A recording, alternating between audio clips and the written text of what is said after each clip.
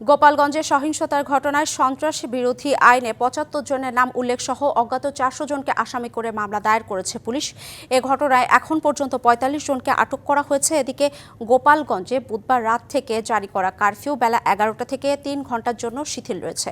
এই মুহূর্তে গোপালগঞ্জের পরিস্থিতি জানাতে আমাদের সাথে যুক্ত হচ্ছেন সহকর্মী মনিরুল সোহাগ। সোহাগ, গোপালগঞ্জের সার্বিক পরিস্থিতি এখন কেমন দেখছেন, বিস্তারিত জানান।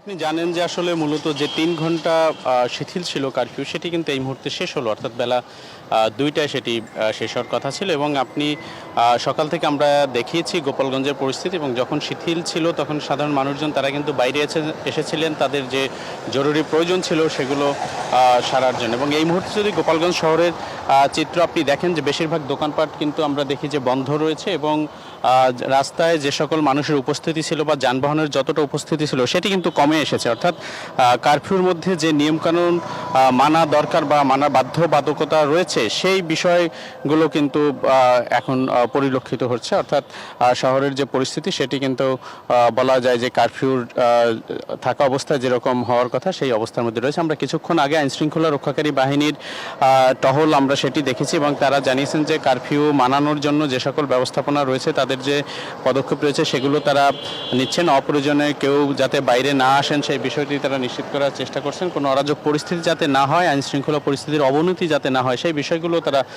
নিশ্চিত করার চেষ্টা করছেন। আপনি জানেন যে এরই মধ্যে কিন্তু সন্ত্রাস বিরোধী আইনে একটি মামলা হয়েছে যেখানে ৭৫ জনকে নাম ধরে আসামি করা হয়েছে এবং প্রায় ৪০০ জনকে অজ্ঞাতনামা আসামি করা হয়েছে। এবং এরই মধ্যে কিন্তু বেশ বড় একটি সংখ্যক আটকের ঘটনাও রয়েছে যাদের বিরুদ্ধে এই হামলা এবং সংঘর্ষে জড়িত থাকার প্রাথমিক প্রমাণ বা সংশ্লিষ্টতা পেয়েছে আইনশৃঙ্খলা রক্ষাকারী বাহিনী। তো সেটি চলমান রয়েছে। পুলিশের পক্ষ থেকে জানানো হয়েছে যে গ্রেপ্তার অভিযান যেটি রয়েছে এবং যারা এর সাথে সম্পৃক্ত রয়েছে তাদেরকে আটকের বিষয়ে তাদের যে তৎপরতা সেটি রয়েছে, এবং সম্পৃক্ত কাউকেই ছাড় দেওয়া হবে না বলে পুলিশ থেকে জানানো হয়েছে। তো সব মিলিয়ে আসলে গোপালগঞ্জের পরিস্থিতি এখনও অনেকটাই থমথমে অবস্থা বিরাজ করছে। সাধারণ মানুষজন প্রত্যাশা করেন আইনশৃঙ্খলা পরিস্থিতি যতটা নিয়ন্ত্রণে দ্রুত সম্ভব আনা যায় এবং স্বাভাবিক জীবনে যাতে তারা ফিরতে পারেন, স্বাভাবিক পরিস্থিতিতে ফিরতে পারেন, সেই প্রত্যাশাও কিন্তু তাদের রয়েছেন। তো অর্ঘ্য, এই ছিল গোপালগঞ্জ থেকে এই মুহূর্তের খবর।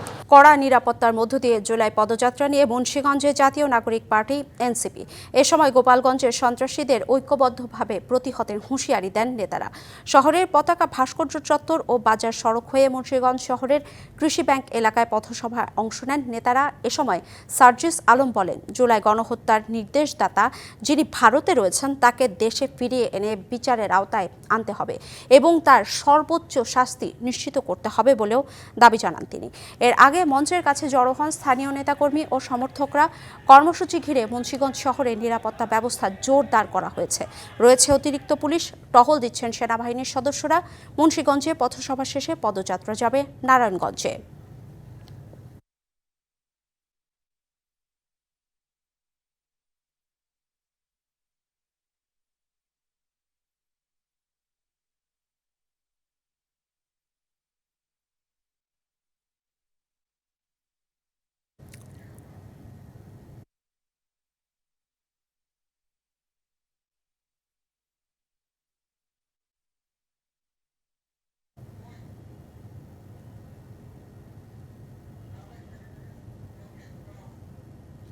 ষড়যন্ত্র করে চোরাই পথে কেউ কেউ ক্ষমতায় আসার চেষ্টা করছে এমন অভিযোগ করে বিএনপির স্থায়ী কমিটির সদস্য ডক্টর AZM জাহিদ হোসেন বলেছেন, এই ষড়যন্ত্র মেনে নেবে না জনগণ।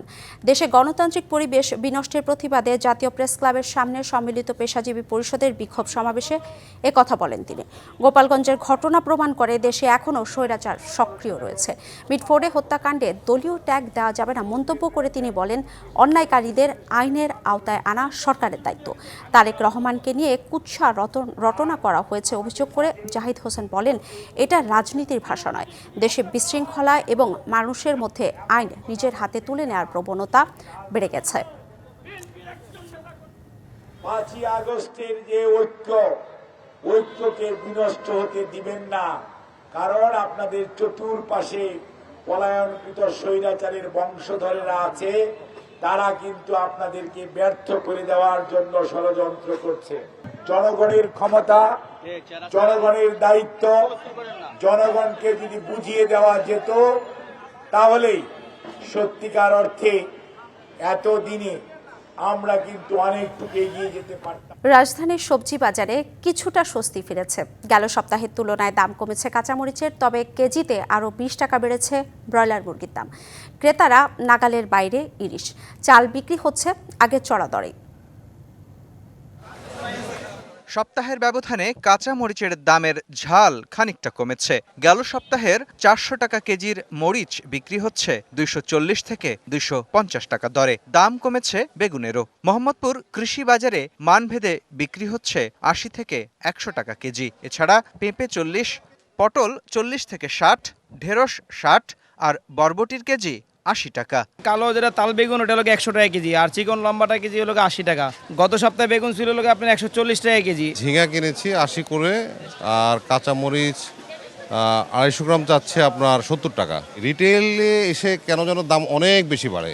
বাজারে দেশি পেঁয়াজ 55 থেকে 60, আলু 25 আর আদা রসুন মানভেদে 140 থেকে 200 টাকা কেজি। ব্রয়লার বিক্রি হচ্ছে 180 আর সোনালী 290 থেকে 310 টাকা কেজি। আর ডিমের ডজন গেল সপ্তাহের মতোই 120 টাকা। তবে এ দাম নিয়েও আছে ক্রেতার ক্ষোভ। সরকার বলে ইনফ্লেশন কমতেছে, মানুষের ক্রয় ক্ষমতার সবচেয়ে ভিতরে চলে আসছে, কিন্তু আমরা যারা প্রকৃত ভোক্তা তারা দেখি সবকিছুই আসলে বাড়তেছে। 120 টাকা দা ডিম পাইতেছেন অথবা 140 টাকা হচ্ছে, কি আহামরি বেশি আমার বলে? একটা ব্রয়লার মুরগি যদি 200 টাকার নিচে থাকে বা 200 টাকা থাকে, কি বেশি? বাজারে চড়া দামে বিক্রি হচ্ছে ইলিশ। 1 কেজি থেকে 1200 গ্রামের ইলিশের কেজি 2400 থেকে 2500 টাকা। 1 কেজি যেটা প্লাস 2400 টাকা কেজি পড়বে, আর 600-700 গ্রাম 1600 করে রাখবে। ইলিশের নাকি অনেক ধরা পড়তেছে। ইলিশ দেখতে পাচ্ছি, বাট কেনাটা আসলে একটু ডিফিকাল্ট। রুই মাছ কিনছি 350 টাকা কেজি নিচ্ছে আর কি। আমার কাছে মনে হয়েছে যে দামটা গত মাসের তুলনায় মোটামুটি স্টেবলই আছে। খুচরা বাজারে চড়া প্রায় সব ধরনের চালের দাম। সরু চাল মানভেদে 80 থেকে 90 আর মধ্যম মানের বিয়ার 28 চালের দর 60 থেকে 65 টাকা। এ বাজারে গরুর মাংস 700 থেকে 750 আর খাসির মাংস 1100 থেকে 1200 টাকা কেজি। মোস্তফা মাহবুব, ডিবিসি নিউজ, ঢাকা। সিলেট এবং সুনামগঞ্জের বিভিন্ন সীমান্তবর্তী এলাকায় অভিযান চালিয়ে প্রায় 6 কোটি টাকার ভারতীয় চোরাই মালামাল জব্দ করেছে 48 বিজিবি। ভোরে বিজিবি 48 ব্যাটালিয়নের আওতাধীন প্রতাপপুর, দমদমিয়া, শ্রীপুর, বিছানাকান্দি ও সোনালী জেলার বিওপি টহল দল এ অভিযান চালায়। এ সময় বিপুল পরিমাণ ভারতীয় sari, skin brightening cream, sunglass, গরু ও অবৈধভাবে পাথর উত্তোলনকারী নৌকা জব্দ করে বিজিবি।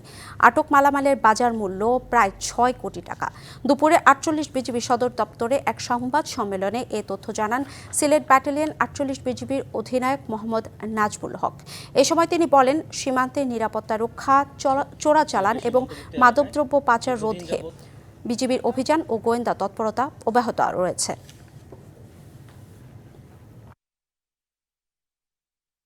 গোয়াইনঘাট এবং আমাদের ফতেহপুরের মাঝামাঝি একটা জায়গায় সারি নদীর পাশে একটা পরিত্যক্ত গোডাউন থেকে আমরা বেশ কিছু ভারতীয় চোরাচালানি পণ্য আটক করি। টোটাল আটককৃত পণ্যের আনুমানিক বাজার মূল্য প্রায় 6 কোটি টাকা। চোরাচালানি আগেও ছিল, এখনো আছে, বাট আমরা যেটা করছি আমাদের তৎপরতা, আমাদের গোয়েন্দা নজরদারি এবং আমরা আমাদের টহল কার্যক্রমটাকে বৃদ্ধি করেছি। মুমূর্ষু সেবায় রক্তদান করলেন নর্থ সাউথ ইউনিভার্সিটির শিক্ষার্থীরা। রাজধানী বসুন্ধরায় বিশ্ববিদ্যালয়ের বয়েজ অ্যান্ড গার্লস লাউঞ্জে মহিলা পুরুষ আলাদা 2 ভেন্যুতে রক্তদান করেন। বিশ্ববিদ্যালয়ের সোশ্যাল সার্ভিসেস ক্লাবের সহযোগিতা এবং জুলাই বিপ্লবী যুব সংগঠনের এই আয়োজনে সহায়তা করে কোয়ান্টাম ফাউন্ডেশন। প্রতি বছরই স্বেচ্ছায় রক্তদানের এমন আয়োজন করা হয় নর্থ সাউথ ইউনিভার্সিটিতে। চলে 1-2 দিনের ক্যাম্প, সেখানে রক্তদান করেন শিক্ষার্থীরা। জুলাই গণঅভ্যুত্থান দিবস পালন উপলক্ষে সারা দেশে অনুষ্ঠিত হলো প্রতীকী ম্যারাথন। বিশেষ এই কর্মসূচিতে রাজধানীতে প্রতিযোগীদের সঙ্গে অংশ নেন যুব ও ক্রীড়া উপদেষ্টা আসিফ মাহমুদ সজীব ভুইয়া।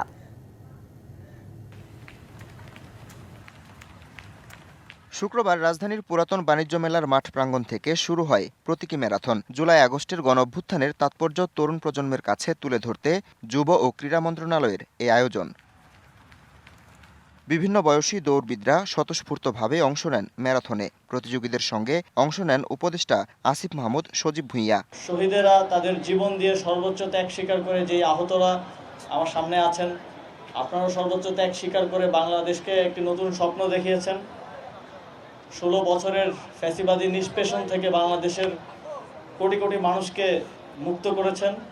আপনাদের প্রতি এই বাংলাদেশ, তার বাংলাদেশ নামটা যতদিন থাকবে ততদিন বাংলাদেশের মানুষ কৃতজ্ঞ থাকবে।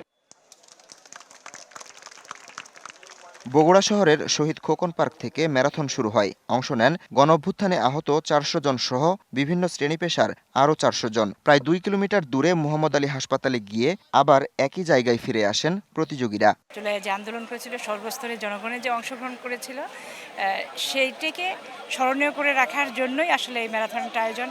হাতে ব্যানার, ফেস্টুন আর মুখে গণচেতনার স্লোগানে মুখর হয়ে ওঠে কুমিল্লার প্রতীকী ম্যারাথন। শহীদ ধীরেন্দ্রনাথ দত্ত স্টেডিয়াম থেকে শুরু হয় এই প্রতিযোগিতা। জয়পুরহাটেও ম্যারাথনে অংশ নেন অনেকে। এছাড়া কুষ্টিয়া, চুয়াডাঙ্গা, মেহেরপুর, নড়াইল, নরসিংদী সহ বিভিন্ন জেলায় অনুষ্ঠিত হয়েছে প্রতীকী ম্যারাথন। প্রতিযোগিতা শেষে বিজয়ীদের পুরস্কার তুলে দেয়া হয়। DBC news desk.